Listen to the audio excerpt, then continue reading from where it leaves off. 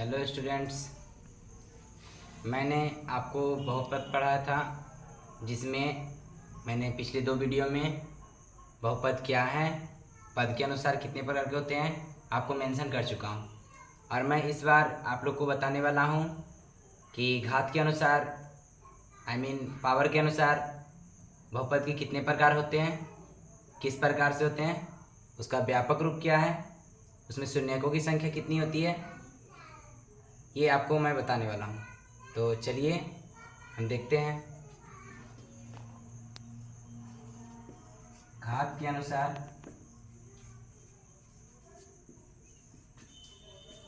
बहुपद 4 प्रकार के होते हैं।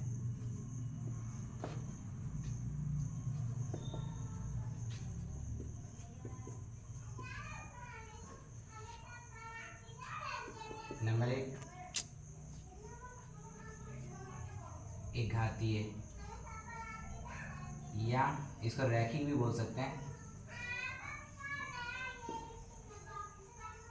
बहुपद। द्विघातीय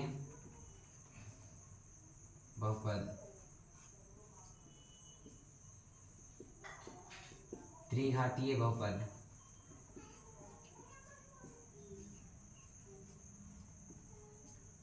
और एक होता है बहुघातीय बहुपद। बहुघातीय बहुपद। इसके अलावा भी मैं एक बताऊंगा शून्य घातीय बहुपद, जिसको आप लोग बढ़िया समझिएगा। तो सबसे पहले जान लेते हैं एक घातीय या रैखिक बहुपद कहते हैं किसको है। तो चलिए इसके बारे में जान लेते हैं। एक घातीय या रैखिक बहुपद वैसा बहुपद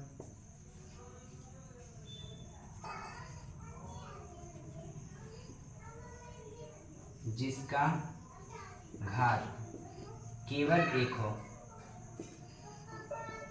एक हो उसे एक घातीय बहुपद कहते हैं।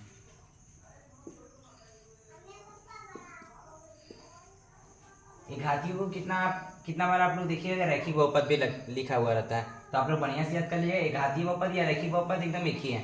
जिसका घात केवल एक होगा उसे घातीय बहुपद कहेंगे। जैसे एग्जांपल कुछ देख लीजिए, 5x + 6। इसमें आप देख रहे होंगे कि इसका घात 1 है। यहाँ पर आप देख रहे होंगे, यहाँ पर हिडन है, एक कुछ नहीं तो यहाँ पर हिडन हुआ है, लेकिन आप इस पर कुछ नहीं तो एक पावर हिडन है, ठीक। तो आप इसको कर सकते हैं घातीय बहुपद। नेक्स्ट देख लीजिए, 3/, ये भी घातीय है। यहाँ पर एक इसका पावर हिडन है, अर्थात छिपा हुआ है। ना भी दीजिएगा तो कोई दिक्कत नहीं, आपको नहीं मिलेगा, इसमें आपको मिलेगा नहीं, केवल आपको मान के चलना कि यहाँ पर एक छिपा हुआ है। और ये एक घातीय बहुपद का उदाहरण है। इसके अलावा देख लीजिए, -z -7z 8x + 1। इसमें आपको पद नहीं देखना है, 1 2 ऐसे करके गिनना नहीं। पिछले वीडियो में आपको बताए थे कि इसमें पदों वाला में पद इसको गिनते थे, लेकिन अब हम किस पर चल रहे हैं, घात। तो केवल घात पर देखेंगे, इसका पद नहीं देखना है कि पद कितना है, इसका केवल हमको देखना है घात। घात अगर 1 हो गया उसे घातीय बहुपद कहेंगे, घात अगर 2 हो जाएगा द्विघातीय बहुपद कहेंगे, अगर घात 3 हो जाएगा त्रिघातीय बहुपद कहेंगे। ऐसे करके इसको कैटेगराइज किया गया है। इसकी घात को देखना है, इसके पद को नहीं कि पद इसका कितना आ रहा है, कैसा आ रहा है, माइनस में आ रहा है, प्लस में आ रहा है, इसका पद नहीं देखना। इसका घात के पद देखना है कि घात 1 होना चाहिए और वो भी प्लस में। ऑलरेडी आप जानते हैं कि प्लस में होता है तभी बहुपद कहलाता है, ऐसे नहीं। तो ETC कर देते हैं। अब बात रही कि इसका व्यापक रूप कैसा हो सकता है। इसका व्यापक रूप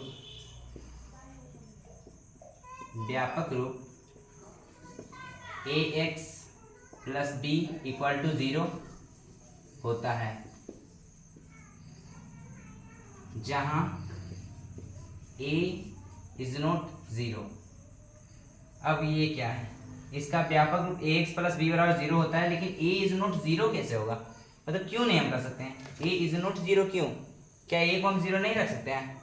जी नहीं है स्टूडेंट्स, अगर आप a को 0 रखिएगा तो ये फिर बहुपद एक घातीय बहुपद नहीं कहलाएगा। जैसे आपको हम दिखा देते हैं,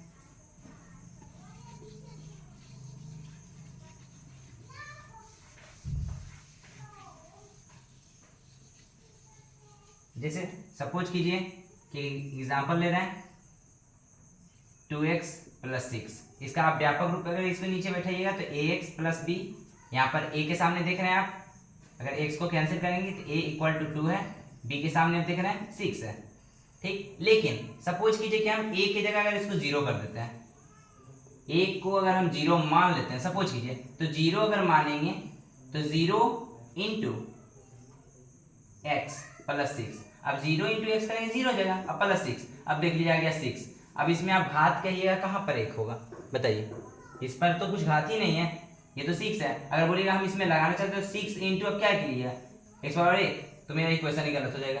आप अपने मन से x⁻1 कैसे रख सकते हैं, नहीं ना, हाँ आप x⁻0 रख सकते हैं, क्योंकि आप जानते हैं किसी भी संख्या पर अगर पावर को 0 कर दिया उसका वैल्यू 1 होता है, ठीक। तो अगर 0 की जगह तो 6 × 1 = 6, ये हो सकता है। तो देखिए इसका पावर तो 0 हो गया, एक घातीय कहाँ है, इसका पावर तो 0 है, इसीलिए हम a को 0 नहीं कर सकते हैं। अगर a को 0 कर देते हैं, देखिए मेरा समीकरण जो आप देख रहे हैं यहाँ पर एक घातीय का, अगर हम a को 0 कर लेते हैं तो देखिए आता है 6, और 6 अगर आ गया तो ये घातीय नहीं, इस पर पावर के बाद 0 बच जाता है, घातीय नहीं बचता है ना, तो हम इसको घातीय नहीं कर सकते हैं, इसीलिए आप a की जगह 0 नहीं रख सकते हैं, ठीक। आई होप आपको समझ में आ गया होगा। अब पूछेगा इसमें शून्यकों की संख्या कितनी होती है, तो देख लीजिए, आपको पहले हम करके दिखा देते हैं।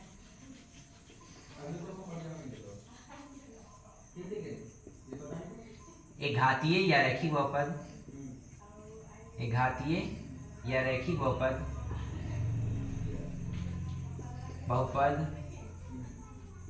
में शून्यकों की संख्या केवल 1 होती है।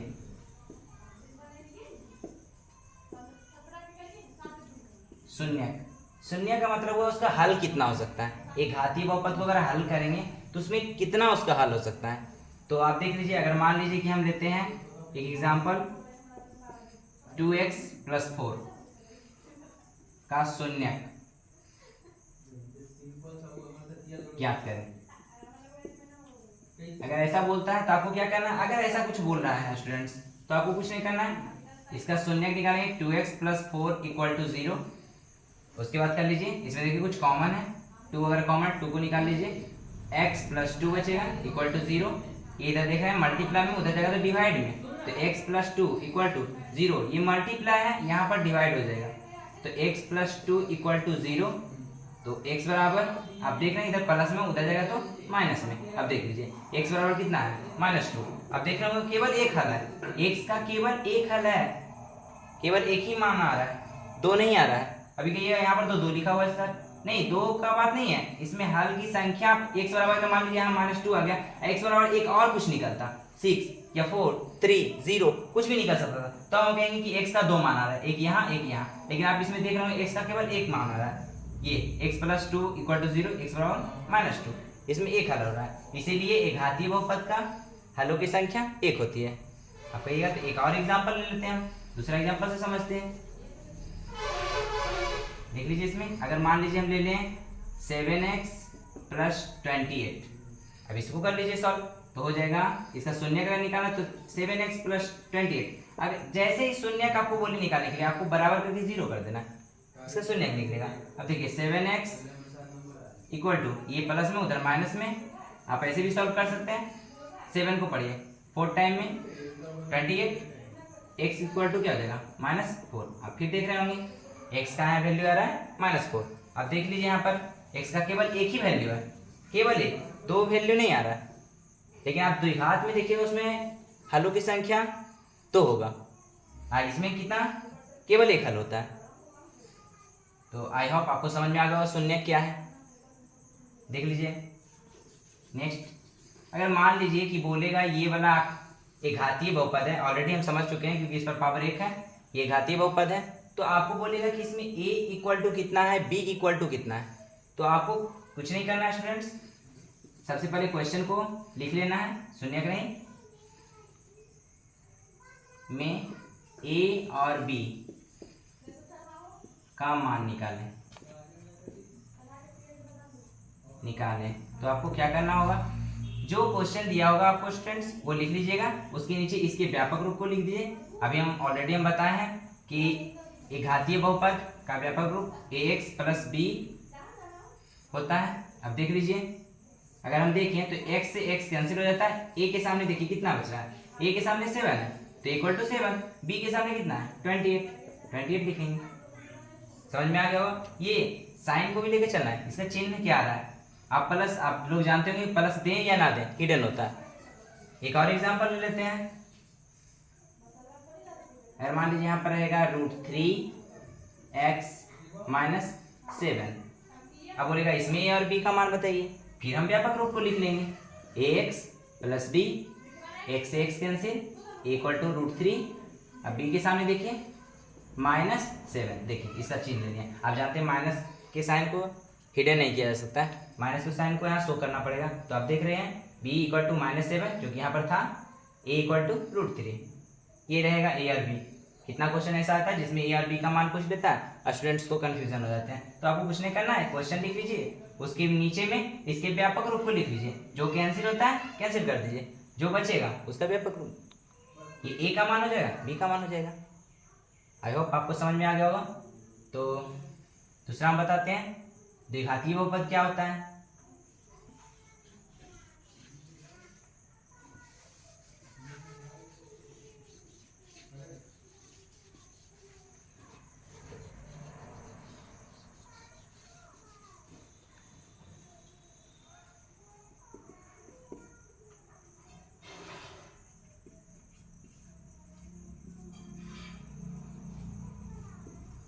द्विघातीय बहुपद जगह वैसा बहुपद जिसका घात केवल 2 हो उसे द्विघातीय बहुपद कहते हैं। वैसा बहुपद जिसका घात केवल 2 हो उसे द्विघातीय बहुपद कहते हैं। आप इसको ऐसे भी बोल सकते हैं, वैसा बहुपद जिसमें शून्यकों की संख्या 2 हो। ये घातीय बहुपद को ऐसे भी कर सकते हैं, वैसा बहुपद जिसमें शून्यकों की संख्या केवल 1 हो। इसमें ऐसे भी आप लोग परिभाषा बना सकते हैं, जरूरी नहीं कि घात दें, आप ऐसे भी बोल सकते हैं जिसमें शून्यकों की संख्या 2 होगा उसे द्विघातीय बहुपद कहेंगे, जिसमें शून्यकों की संख्या 1 होगा उसे एकघातीय बहुपद कहेंगे। जैसे इसमें देख लीजिए, वैसा बहुपद जिसका घात केवल 2 हो उसे द्विघातीय बहुपद कहते हैं। एग्जाम्पल में क्या है, एग्जाम्पल में देख लीजिए। अब इसमें कैसे कहेंगे कि द्विघातीय बहुपद है, आपको कुछ नहीं करना, इसमें देखना है इसका घात, इधर इसका घात कितना है, कहीं पर भी ये हो सकता है, जरूरी नहीं कि फर्स्ट में ही होगा, कहीं पर भी, केवल आपको चेक करना है कि इसका घात 2 है कि नहीं। अब बोलिएगा यहाँ पर भी तो 1 है, तो देखिए सबसे हाईएस्ट घात को देखना है, हाईएस्ट पावर को देखना है, हाईएस्ट इसका पावर क्या है। अगर हाईएस्ट पावर इसका जो रहेगा वही उतना घातीय हो जाएगा। जिसका हाईएस्ट अगर पावर हम देख रहे हैं तो यहाँ पर 2 आ रहा है, इससे हाईएस्ट मैंने इससे बड़ा होना चाहिए, सबसे बड़ा। इसमें आप लोग देख रहे हैं सबसे बड़ा, इसके पास 1 है, इसके पास 2 है, इसके पास 0 है, तो सबसे बड़ा घात कौन है 2, इसलिए कैसा बहुपद है द्विघातीय बहुपद। इसमें पावर 2 आ रहा है इसलिए द्विघातीय बहुपद कहेंगे। अभी ना कि फिर आप लोग गिन लीजिएगा इसमें पद 1 2 3, ये त्रिपदी है, पद गिनेंगे तो 1 2 3 त्रिपदी कहेंगे। लेकिन अगर इसमें घात की बात करें तो घात देखना केवल 2 है, द्विघातीय कहेंगे। फिर देख लीजिए अगला -7x⁻² + 3x -√2। अब बोलिएगा इसमें, तो आप इसमें भी देख रहे हैं पावर इसका 2 है, पावर अगर इसको 2 है तो इसको क्या कहेंगे द्विघातीय बहुपद। पद इसको गिनना नहीं, केवल इसका घात देखना है कि घात कितना हो रहा है। आई होप आपको समझ में आ गया होगा। अब देखते हैं इसका व्यापक रूप क्या हो सकता है। इसका व्यापक रूप ax² + bx + c = 0 होता है जहां a, b और c कोई वास्तविक संख्या हो तथा ए इज नॉट जीरो। इसमें भी स्टूडेंट्स इसका व्यापक रूप ax² plus bx plus c equal to 0 होता है, जहां a b c कोई वास्तविक संख्या होना चाहिए, कोई भी वास्तविक संख्या, तथा a इज नॉट जीरो, यानी a का मान जीरो नहीं होना चाहिए। अगर a का मान हम जीरो कर देते हैं तो फिर ये देख लीजिए आप एग्जाम्पल में, अगर मान लीजिए कि ये भी हम जैसे कि आपको बताएं कि द्विघाती बहुपद है, अब इसे मान लीजिए इसका मान हम जीरो कर देते हैं। देखिए आप इसमें सपोज कीजिए कि हम इसके a को जीरो कर दें, ये भी क्वेश्चन ये है 3x² माइनस 6x प्लस 8। अब इसमें क्या कीजिए आप इसके a, आप देख रहे होंगे इसके नीचे अगर व्यापक रूप लिखें ax plus ax² plus bx plus c, अब देख रहे होंगे x² से x² cancel, a equal to 3 आ रहा है, x से x cancel, b equal to -6 आ रहा है, c के सामने देखिए कितना है 8। ठीक, ये देखिए a बराबर 3, b बराबर -6, c इक्वल टू 8। अब मान लीजिए कि a के वैल्यू को हम जीरो कर दें, इसमें इस क्वेश्चन में a के वैल्यू को अगर हम शून्य कर दें तो आप देखिए अगर a की जगह अभी देख रहे हैं 3 है, a की जगह मान लीजिए कि 0 है, मान लीजिए तो अगर 0 है तो 0 into x² minus 6x plus 8, 0 को मल्टीप्लाई x² से करेंगे तो 0 हो जाएगा -6x प्लस 8। अब देख लीजिए क्या बच गया -6x प्लस 8। अब आप देखिए क्या ये द्विघात बहुपद है? नहीं। अब आप देख रहे होंगे सबसे हाईएस्ट इसका पावर 1 है, इसका 0 है, तो आपको हम बताएं कि जो क्वेश्चन रहेगा उसका घात जो हाईएस्ट रहेगा उतना घातीय कहलाता है। तो इसका हम पावर देख रहे हैं, इसमें पावर 0 है, इसका पावर 1 है, तो ये एक घातीय बहुपद है। फिर द्विघातीय बहुपद इसको नहीं हम कर सकते हैं, इसमें घात की संख्या 1 है ना, इसलिए इसको एक घातीय बहुपद कहेंगे। इसीलिए आपको क्या करना है स्टूडेंट्स, a के मान को 0 नहीं रखना है, यहाँ होना ही नहीं चाहिए। अगर a के मान को हम 0 कर देते हैं तो फिर देख लीजिए आपके सामने है क्या हो जाता है, एक घातीय बहुपद हो जाता है, इसको हम नहीं कर सकते हैं। इसलिए व्यापक रूप को जरूर याद करना है, आप लोग को याद ही करना होगा व्यापक रूप क्या होता है, घातीय क्या होता है, द्विघातीय क्या होता है, त्रिघातीय। अब इसमें शून्यकों की संख्या की बात है कि शून्यकों की संख्या कितनी होती है।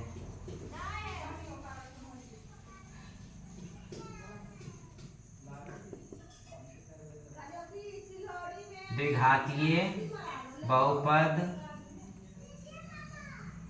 में शून्यकों की संख्या